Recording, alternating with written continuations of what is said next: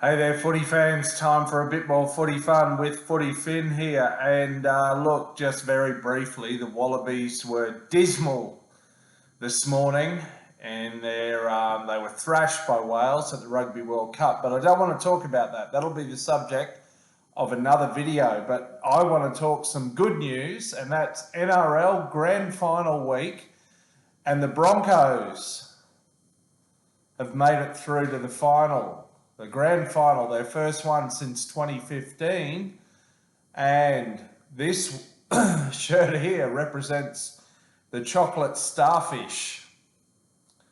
Sorry, did I say that? I meant the chocolate soldiers, who really don't know what their colours are. I mean, this could represent them as well, but that's another topic for another day. Anyway, on Saturday night, the Broncos had a great win in the prelim final against the Warriors.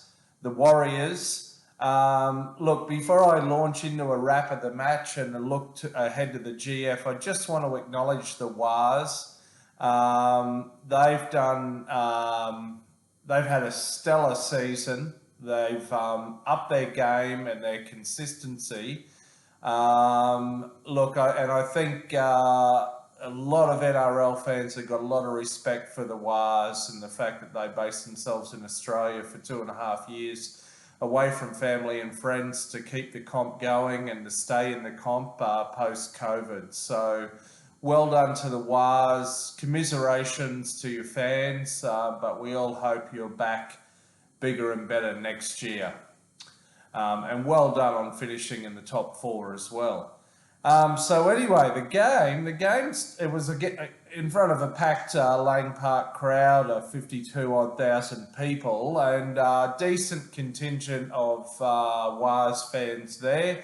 There are plenty of them around southeast Queensland, and I've witnessed that years ago, even in Broncos Wars games at Lang Park. But anyway, they got away to a great lead with DWZ. Delawateni Zalesniak scored in the 4th minute in the corner, a sight that we've become all too familiar. That beautiful black curly flowing mullet trailing behind him as he powers over in the corner. But then Billy Walters got one back. So the teams traded tries, because then DWZ got his second in the 11th minute off an intercept. And then in the 16th minute, Herbie Farnworth charged over. Now, I think the Broncos got both of their kicks.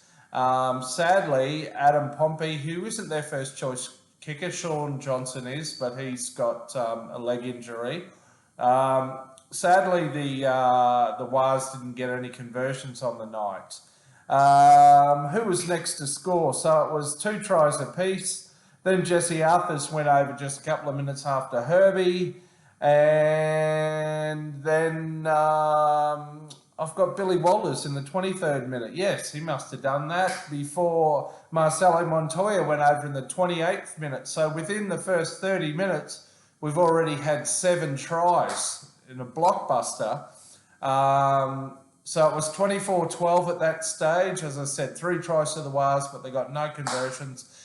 That was a halftime score, 24-12. So the Wars were still in it, although the Broncos already were, at times, they were playing a bit of backyard footy in the second half of the first half.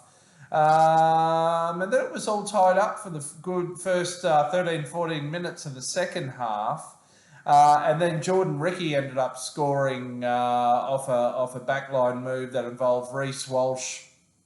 Now, some are saying that pass was forward.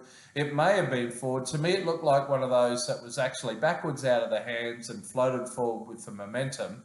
But in any case, we'll never know. And in fact, the final margin suggests that it wasn't a match-deciding score anyway, because pretty much in the 58th minute, then Adam Pompey got sin-binned, and pretty much by that time, Ezra Mam scored an impressive try within a minute of that, and so by the hour mark, it was pretty much over as the contest, sadly. And then Herbie Farnworth got his second at 69 minutes, and that was it. So the final margin sadly for the Wars and their fans, was actually 30 points in the end, which is pretty similar to what the Panthers' win over the Storm was the night before. So 42-12.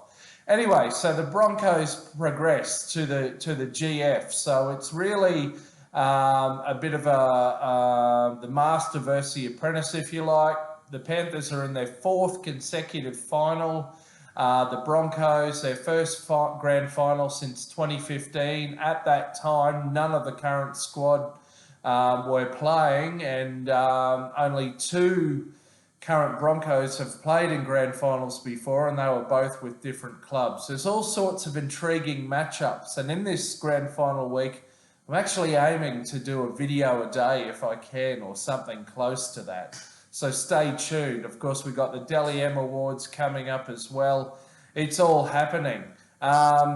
So look, very exciting looking ahead. Obviously, the chocolate starfish are the soldiers are the red hot favourites for this game. They've got all the experience and they've won the last 2. But I think they'll be, they'll be pretty wary of the Broncos. Anyway, I'll leave it at that for now. Let me just say a big shout out also to the Brisbane Lions. So Saturday was a big day in Brisbane at 5:15 p.m.